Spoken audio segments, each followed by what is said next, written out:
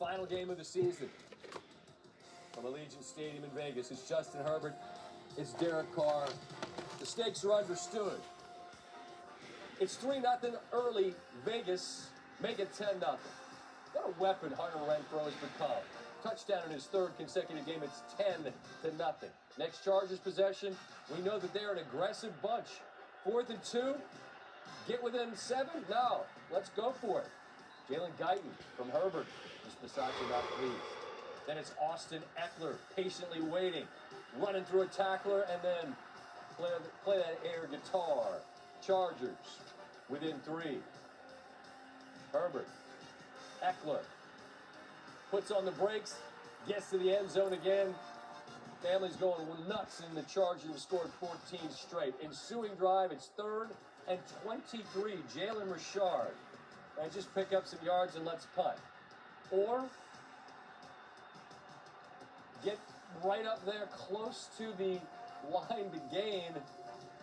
Actually fell past the pylon. Then later in this drive, 45 seconds left, and this is incomplete. There are flags down.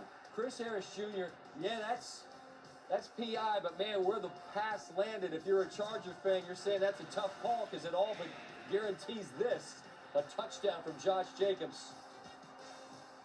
And the Raiders, back in front, they lead by 3 at halftime. Chargers, 3rd and 1. Ekeler stopped. We know Coach Staley's aggressive, but I mean, this ain't Madden, right? Wait, they're going for it. They get stuffed.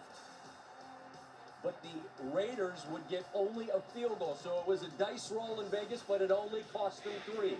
Next Raider possession. Carr has time. Now flushed out, makes a gorgeous throw here to Bryan Edwards. Raiders move the chains. That's a 3rd and 6. Now it's 3rd and 1. Marcus Mariota's out there. Inside the 10. Money down. 3rd and goal. Renfrow again. They don't settle for 3, so now the Raiders get the touchdown. They go for 2, don't get it. They lead by 12. Herbert and the Chargers. Got to make something happen.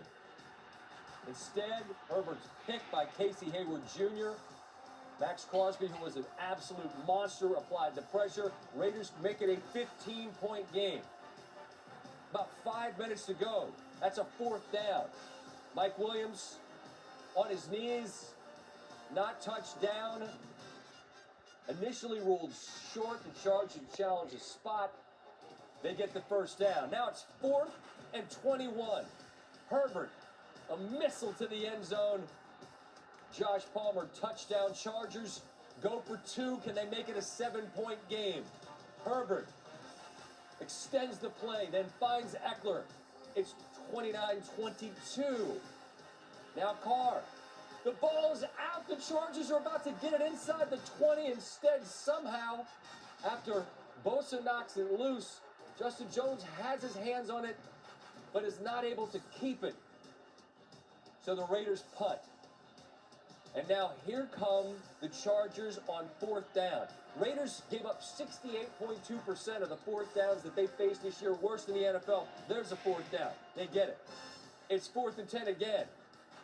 Once again, they convert, but this time they convert because there is a holding call.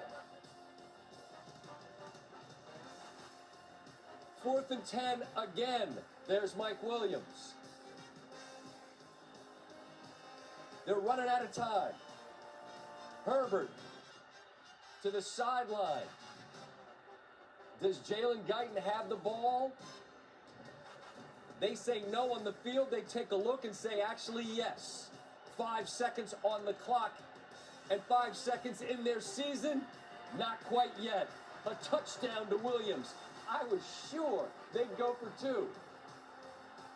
Instead, they kick the extra point. They cash in on a 19-play, 83-yard drive. And now it's overtime. And now Pittsburgh fans are going, they're not going to tie, are they? Well, looks like the Raiders are intent on taking this kickoff, scoring a touchdown, and getting to the playoffs. Carr in overtime has never lost if he's gotten a chance to possess the ball. They're running it again. And there goes Jacobs on the loose. quickly. They're not quite knocking on the door. Outside the red zone, 3rd down. Carr, a chance to end it. Can't find Waller. Daniel Carlson, never missed in this building. And after Carr's not quite able to find that dangerous target in Waller, it means Carlson to give the Raiders the lead, and it's leaking a little right, but it's true. So the Chargers have the opportunity now to win it, or tie it with a field goal, which would be good enough. Both these teams are into the playoffs with a tie. First play, Herbert, Jared Cook. Big time gain, but there's an illegal man downfield. Matt Filer is called for getting out a little bit early. That's all right, because now it's 4th down. And that means Herbert to Williams. Look out! He's loose in the secondary. The Raiders are able to knock him out of bounds. Now it's 3rd and 6. Herbert looking for Williams. No, it's bobbled. He can't come up with it. Here comes Dustin Hopkins. And again, everybody knew the stakes watching this game. Both teams would make it the playoffs with a tie, and Hopkins, he's just inside the left upright. So the game is extended. Now the Raiders, as the clock approaches 3 minutes. Carr to Richard. Derwin James says, I didn't do it. Well, no flag is thrown. Hand up high, close to the face mask. No flag is thrown. It's 3rd and 8. Carr. What a toss to Zay Jones. Now at the 2-minute warning. And this is where it became, the Pittsburgh fans had to be thinking, no, they're not just going to, after all of this, we need an outcome. 2nd and 11. Jacobs gets him a bit closer.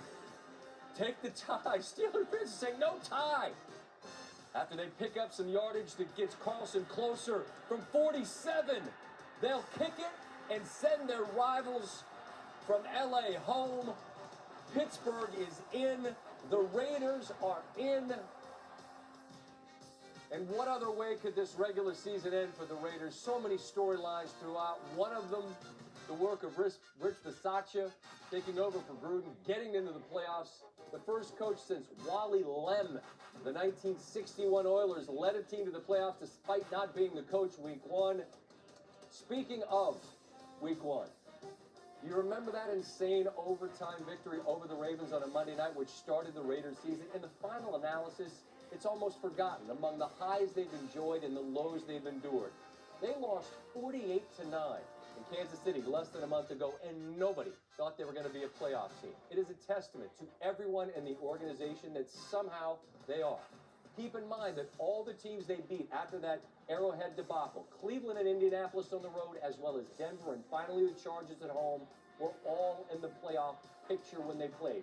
You could point out the breaks they caught with some of the team's quarterback situations. I would counter by asking who dealt with more than the Raiders this season, and their season isn't over yet. Here's Josh Jacobs with Diana Racine. Guys, I'm here with Josh Jacobs. Josh, the way this game ended, you guys get the win, and now you're headed to the playoffs. What does this feel like for you right now? Man, I mean, I told the guys coming in, everything we want right here is on the line. I haven't never been to the playoffs since I've been in the league. And, man, I told them I'm going to leave everything I have out there. Injury, no injury, didn't really matter. So I went out there and gave them everything I had. Everything this Raiders team has been through this season, how did you guys get here? Man, believing in each other. I mean, on the outside, there was a lot of noise, but on the inside, every day we was working. Every day we was putting our head down and believing in each other, and we came out here and showed it today. It's your first time going to the playoffs as a player. For Derek Carr, it'll be his first time playing in a playoff game. You smile when I say his name. Why? Man, because, man, y'all don't know how big of a leader he is, the kind of dude he is, the kind of work ethic he has, man. And the guys love him. The guys play for him. So to be out here, to go out there and play in a playoff game and know that he can play in it, man, it's an amazing accomplishment. All right, Josh, congratulations. Congratulations. Good luck in the postseason. Thank you. Have a good one. Guys, back to you. Tim Hasselback's alongside. What you should know about these Sunday shows, they're pretty well scripted. We lay things out. We have some planning. This wasn't scripted. Tim sat down, he just looked at me and just shook his head and said, "This is nuts." And it truly was. And I can sympathize with Charger fans. I can sympathize with Steeler fans who are they needed it more than the teams watching and rooting for the teams in that game needed it. How do you best sort of describe the highs and lows of this Raiders season and how they were best captured by this game? Well, I think you described the highs and lows of the Raiders season. I mean, I don't think it can be overstated. I agree. The leadership, and Josh Jacobs just touched on it, answering Diana's question about the way he's handled it. You think about some of the questions that he was asked, because, you know, the head coach is dismissed from the team. And so who did everyone want to, you know, ask questions to? The quarterback. About everything. You're right. On the field and off the field. And the way that he handled those things, I think, sent a message to the rest of the organization, the rest of that team, and they responded. Then, to get to this situation, Scott, where I actually think there was a moment where they were going to be content just running the clock out. Well, because they both go if they do. Correct. And so I think they were at that point. Then, once they got that first down and had the timeout, it was like, look, you know what? We're gonna win. I mean, this is, you know, Al Davis, just win, baby. I mean, here we go. Like, this is what we're gonna do. And so, you also said it at the top of the show. To think all of these games, this was the best game of the year. Yeah. And it was the last game of the year which decided, you know, so much in terms of the playoffs. And I say it all the time. There's no more bottom line league in sports than the National Football League. And so the Chargers season ends. But what Herbert did and what that Chargers team did in erasing a 15-point deficit in the last 450 or whatever it was, all those fourth downs, to have this chance, it's not a consolation prize, but I think, I mean, you go out swinging. I don't know what more Herbert and the Chargers could have done. Look, he's a superstar. He's going to be an MVP candidate in years to come.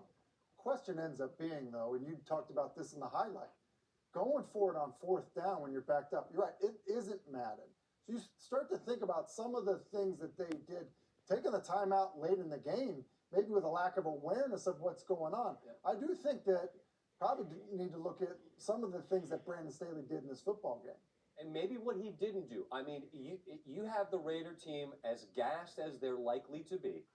You have just, whatever emotions that might have been on the Raiders side are now gone. And you've got one play from the 2-yard line in a city where you roll the dice and you double down on, 8-3 against a face card, man. In retrospect, do you like your chances to make the playoffs on one play? Well, and if you think about it, because you're so dependent on a coin toss, like you can make the argument about how your team is playing, but because there was no time left, like you now are acknowledging that you're also relying on a coin toss. So what is better? Is better to go for, as you said, against a gas defense from the 2-yard line, or rely on a coin toss that could give them the football, which means Justin Herbert, who in many respects was the best player on the field, he maybe never even gets a chance to touch the football in overtime. As it turns out, I mean, it comes down to a kick on quite literally the last play of the regular season where 3 teams' playoff fates were on the toe of Carlson. Collinsworth said it on the broadcast. You couldn't script it, and if you would have, you'd have walked out of the theater. It made no sense. This game was pretty good, too. Let's chart the fortunes of another LA team.